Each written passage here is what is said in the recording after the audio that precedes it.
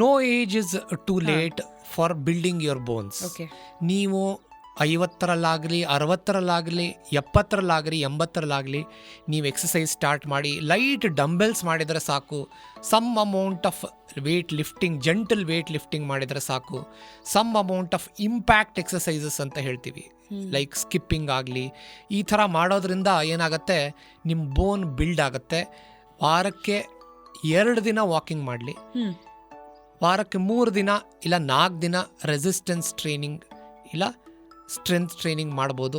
ಒಂದು ಡಂಬೆಲ್ಸ್ ಆಗಲಿ ಇಲ್ಲ ಜಿಮ್ಮಿಗೆ ಹೋಗ್ಬೋದು. ಅಪ್ಪರ್ ಲಿಂಬ್ ಸ್ಟ್ರೆಂತು ಬಿಲ್ಡ್ ಆಗುತ್ತೆ. ಕಾಮನ್ ಆಗಿ ಆಗೋ fractures wrist fracture, hip fracture, spine fracture ಮತ್ತು shoulder fractures. So upper limb resistance training ಮಾಡೋದ್ರಿಂದ ಈ ಫ್ರ್ಯಾಕ್ಚರ್ ಇನ್ಸಿಡೆನ್ಸ್ ಕಮ್ಮಿ ಆಗುತ್ತೆ. Some amount of loading of the lower limb ಅಂತ ಹೇಳ್ತೀವಿ, ಕಾಲು ಲೋಡ್ ಮಾಡೋದ್ರಿಂದ ಲೋವರ್ ಲಿಂಬ್ ಫ್ರ್ಯಾಕ್ಚರ್ಸ್ ಕಮ್ಮಿ ಆಗುತ್ತೆ.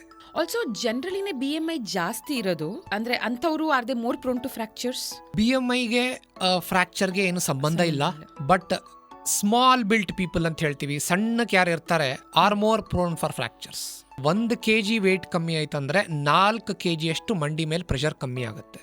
10 kg ತೂಕ ನಾವು ಜಾಸ್ತಿ ಇರಬೇಕಾಗಿರೋದಕ್ಕಿಂತ 40 kg ಪ್ರೆಷರ್ ಹೆಚ್ಚು ನಮ್ಮ ನೀಸ್ ಮೇಲೆ ಬೀಳ್ತಾ ಇದೆ, which is huge.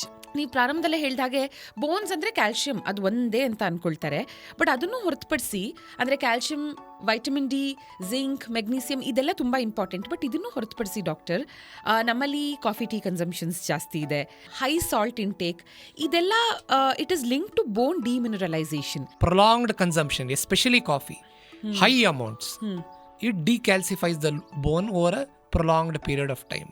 If bones could talk, ನಾನು ನಿಮ್ಮನ್ನು ಕೇಳ್ತಾ ಇದ್ದೀನಿ, ಯಾವ ಒಂದು ಲೈಫ್ ಸ್ಟೈಲ್ ಹ್ಯಾಬಿಟ್ ಬಗ್ಗೆ ಬೋನ್ಸ್ ವಿಲ್ ಕಂಪ್ಲೇನ್ ಅಂತ ನಿಮಗೆ ಅನ್ಸುತ್ತೆ? Some amount of strength training ಮಾಡಿ ಅಂತ ಬೋನ್ ಕೇಳ್ಕೊಳತ್ತೆ ಅನ್ಕೊಂಡಿದ್ದೀನಿ ನಾನು. ಈಗ ಜಾಯಿಂಟ್ ಏನು ಕೇಳ್ಕೊಳತ್ತೆ ಅಂತಂದರೆ, ನನ್ನ ಆದಷ್ಟು ಮಂಡಿ ಮಡಚಿ ಮಾಡೋ ಅಂಥ ಆಕ್ಟಿವಿಟೀಸ್ ಕಮ್ಮಿ ಮಾಡ್ಕೊಳ್ಳಿ.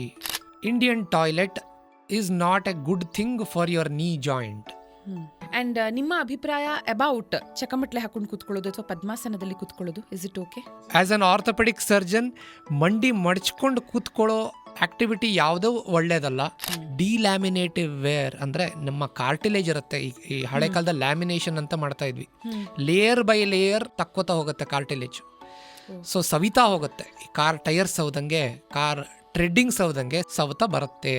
Especially people who are prone for knee pain.